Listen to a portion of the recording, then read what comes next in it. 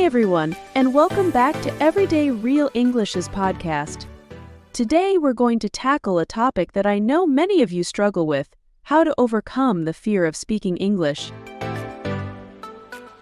I'm your host, Sarah, and today we're going to dive into some practical tips and strategies to help you feel more confident and comfortable speaking English. So, grab your favorite drink, get comfy, and let's get started. Alright, let's talk about it. Speaking a new language can be really intimidating, especially when you're afraid of making mistakes or not being understood. But don't worry, you're not alone. This is something almost every language learner experiences. The good news is that there are ways to overcome this fear. First and foremost, it's important to remember that making mistakes is a natural part of learning. Everyone makes them, even native speakers. The key is to see mistakes as opportunities to learn and grow. Instead of worrying about being perfect, focus on communicating your message. For example, if you make a mistake, don't beat yourself up about it. Just think of it as a learning moment and move on. Another great tip is to practice speaking as much as possible. The more you practice, the more confident you'll become. Start by talking to yourself in English. Describe what you're doing, what you see around you, or how you're feeling.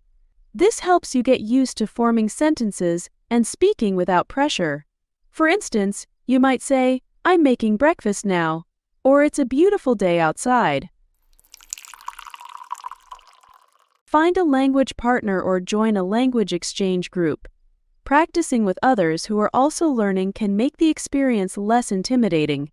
Plus, it's a great way to get feedback and improve. If you don't have anyone to practice with, there are plenty of online communities and apps where you can connect with language partners. Visualization is another powerful tool. Before you speak, take a moment to visualize yourself speaking confidently and successfully. Imagine the conversation going well and you expressing yourself clearly. This can help reduce anxiety and boost your confidence. Don't forget to breathe. It sounds simple, but taking deep breaths can really help calm your nerves. If you start to feel anxious, pause for a moment and take a few deep breaths. This will help you relax and focus on the conversation. Another tip is to start small. Begin with short, simple conversations and gradually work your way up to more complex ones. This can help build your confidence over time. For example, start by ordering food in English at a restaurant, then move on to having small talk with a colleague or friend.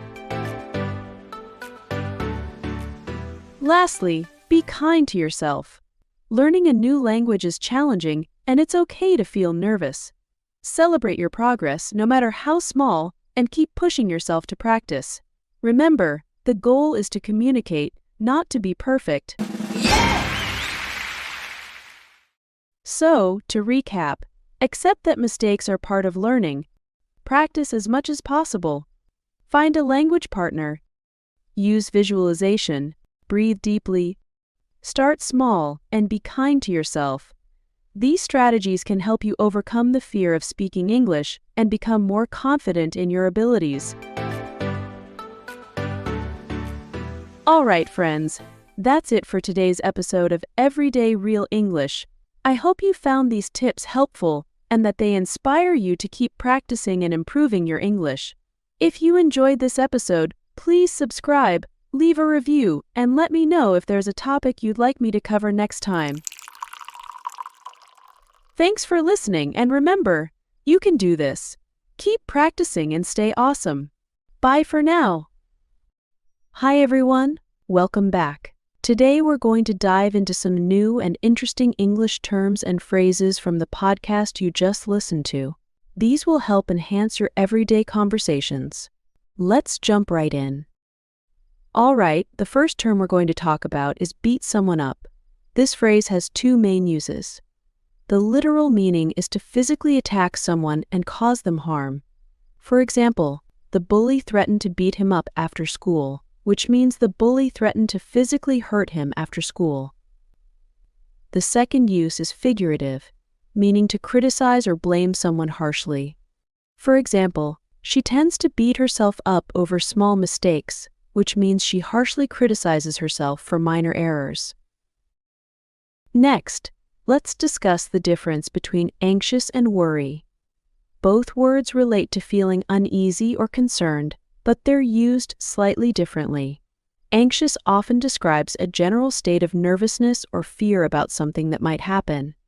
For example, I feel anxious before giving a presentation means feeling nervous and uneasy before presenting. Worry is more about focusing on specific concerns or problems. For example, I worry about my family's health means thinking about and feeling concerned over family health issues. While both terms describe unease, anxious is more general and often about future events, while worry is more specific and focused. Now, let's move on to tackle. To tackle means to deal with or handle a problem or challenge.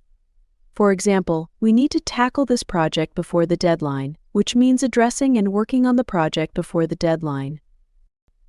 Another example is, he tackled the difficult task with determination, indicating he approached the challenging task with a strong will to complete it. Finally, we have foremost. Foremost means most important or primary. For instance, safety is the foremost concern in this industry, meaning safety is the most important issue in the industry. Another example is, she is one of the foremost experts in her field, indicating she is one of the leading and most respected experts in her area of expertise. Remember to practice these phrases in your conversations to make them feel more natural. Thanks for listening, and if you like learning English from this podcast, please subscribe to support us in creating more content like this. See you next time.